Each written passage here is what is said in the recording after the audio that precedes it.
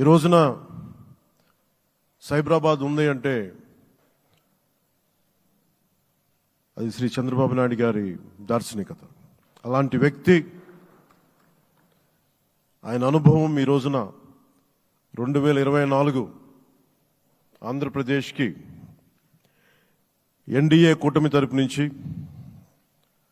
ముఖ్యమంత్రి అభ్యర్థిగా శ్రీ నారా చంద్రబాబు నాయుడు గారి పేరుని జనసేన పార్టీ పక్షాన నుంచి మేము బలపరుస్తున్నాం.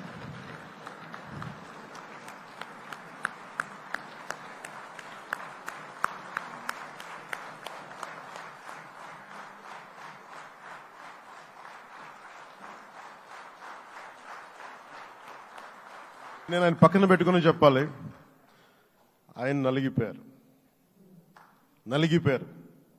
జైల్లో చూశాను ఆయన. పాపం భువనేశ్వర్ గారి బాధను చూశాను. నేను అనుకున్నాను, అమ్మ మీరు కన్నీళ్ళు పెట్టకండి, మంచి రోజులు వస్తాయని చెప్పిన మంచి రోజులు వచ్చినాయి.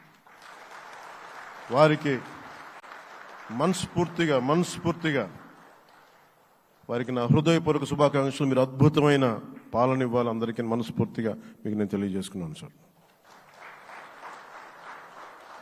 సో ఇప్పుడు శ్రీ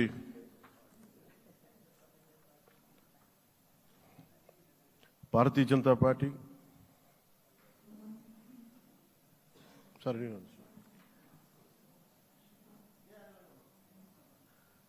దశాబ్దాల సుదీర్ఘ అనుభవం, ఎన్నో ఒడిదుడుకులను ఎదుర్కొన్న తెలుగుదేశం జాతీయ పార్టీ అధ్యక్షులు శ్రీ నారా చంద్రబాబు నాయుడు గారికి నా హృదయపూర్వక నమస్కారం.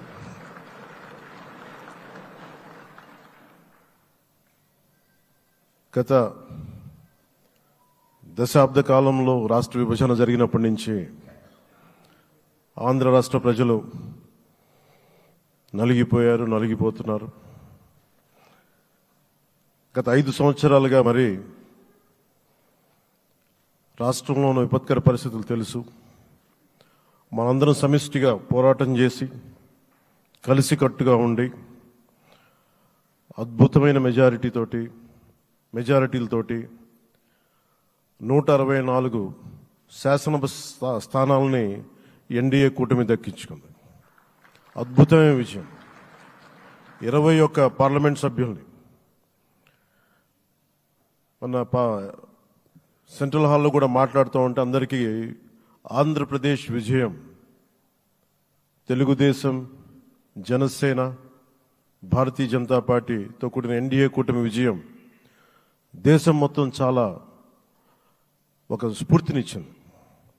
ప్రతి ఒక్కరి విజయాన్ని వారి రాష్ట్రాల్లో ఎలా దీన్ని ముందుకు తీసుకెళ్ళాలి, ఒక్క ఓటు చీలకుండా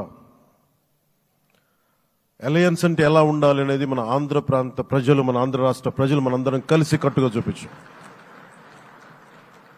2021 మార్చి 14 ఇప్పటం సభలో నేను ఒకటే తెలియజేసుకున్నాను, ఆ ప్రభుత్వ వ్యతిరేక ఓటుని చీలనివ్వను. ఆ మాట మీద ఉన్నాం, ఆ మాట మీద నిలబడ్డాం. ఒడిదుడుకులు ఎదుర్కొన్నాం, తగ్గాం, కానీ నిలబడ్డాం. ప్రజల నమ్మకాన్ని పెంచాం.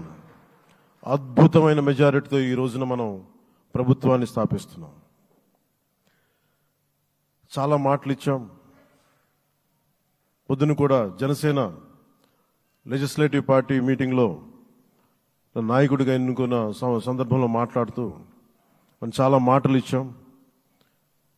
ఇది కక్ష సాధింపులకి సమయం కాదు, ఇది వ్యక్తిగత దూషణలకు సమయం కాదు. ఇది 5 కోట్ల మంది పైగా ప్రజలు మన మీద నమ్మకాన్ని పెట్టుకున్నారు. మన మీద మనందరం ఉమ్మడిగా, మనందరం సమిష్టిగా ఆంధ్రప్రదేశ్ ప్రజలు ఏ అభివృద్ధి అయితే కోరుకుంటున్నారో మనందరం సమిష్టిగా దీన్ని ముందుకు తీసుకెళ్ళాలి, అభివృద్ధి పథంలో నడిపించాలి.